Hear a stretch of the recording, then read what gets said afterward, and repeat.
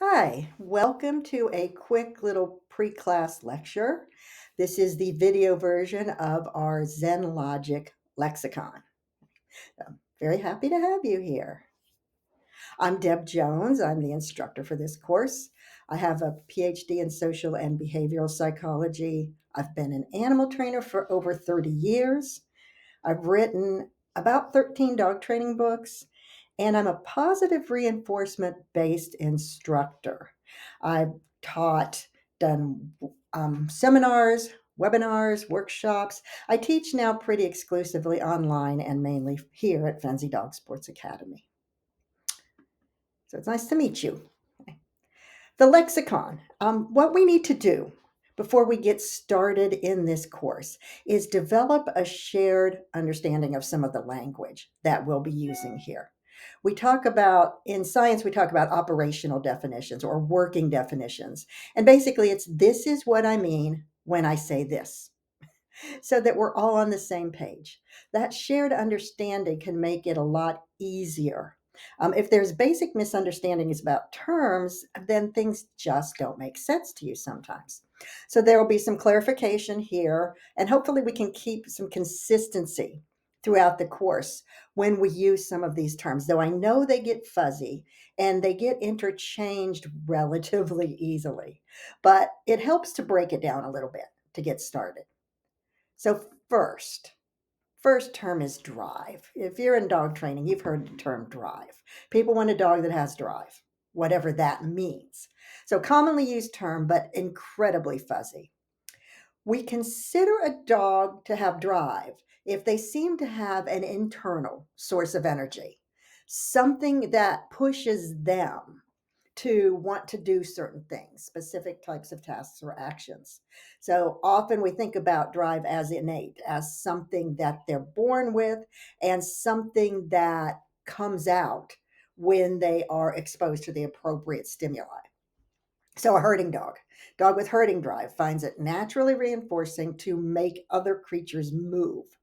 And they want to do that. That's very important to them. That's highly self reinforcing to them.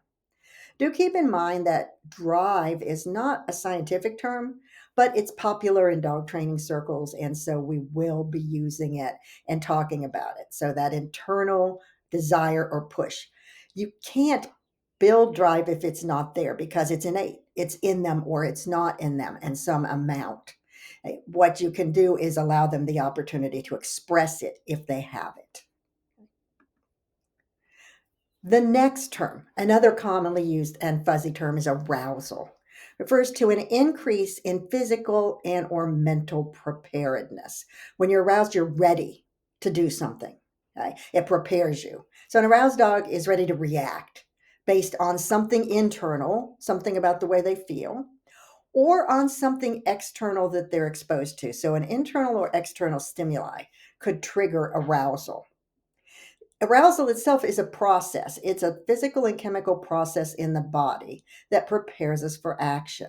We often think, when we think about arousal, like fight or flight response. We're ready to defend ourselves or we're ready to run away to save ourselves. And that is a form of arousal, but there are many others as well. And in dogs, we often think we want more arousal. We want them to be ready. We want more energy. We want more enthusiasm. We want them to want to do things. And that's true to a point. But you can tip some dogs in particular into over arousal very easily. So be thoughtful about talking about arousal. It's the physical process. Then it leads to behaviors that we term as arousal or drive. Then we have motivation, right? Desire and energy to perform an action. That's the basis of motivation. I want to do it and I have the energy to do it. I fall into the want to do it category. Sometimes I don't have the energy for it. We can be motivated internally, something we enjoy. I want to do it because I like the process. It's fun. It's, again, self reinforcing in some way. Or it can be externally motivated because we get reinforcers for it. I'm going to gain something. Or it can be externally motivated because we can avoid aversives. We can avoid something unpleasant happening by doing something. So if I do my work, I can pay my bills and I don't get thrown out of my house. I'm avoiding an aversive by doing my work. Same with our dogs. We can pressure them into doing things because we can hold over this idea that something unpleasant will happen to them. We don't do that here, but people do that. Impulse control. We're going to have three kinds of control I'm going to talk about here next. So, the ability to inhibit an initial desire to act. I have an impulse. I want to do something. So, I want, and it almost pushes you to do it before you think about it. So, this is a brief moment where conscious thought can override nearly automatic responses. Okay. So, I can go, oh, wait a minute. No, I shouldn't do that right now for some reason or the other. It's not a good idea right now. So, but we have that initial push. That's the impulse. Can we control it? Sometimes yes, sometimes no. It's different for everybody and it's different for different dogs. Sometimes things are easy to control, other times they are very, very difficult to control. And continuing on with the control theme, then we think about the term self control. Can I manage and inhibit my own behavior, especially when I'm in the face of a temptation? There's something I want. Can I control myself now? Can I control my impulses? Self control typically involves an understanding that there are going to be long term gains and that those are more important to me than the short term one of getting something right now. So there's a cognitive process that's happening here. And we're able to think about what I can get depending on my behavior or my inhibition of behavior, which is a lot to imagine for a dog. They typically want what they see right now, but we can make it clear to them that inhibiting their impulses and controlling themselves can lead to an even better outcome. But we have to do it very thoughtfully and very carefully so we don't build frustration into the process. Okay. Then the last term here, stimulus control. Stimulus can be anything. We typically think of stimuli as things out in the environment, something you see, something you hear. It could be something you physically feel, something that touches you. But when we add control to the term, we're saying that the stimulus causes action or causes us to inhibit action.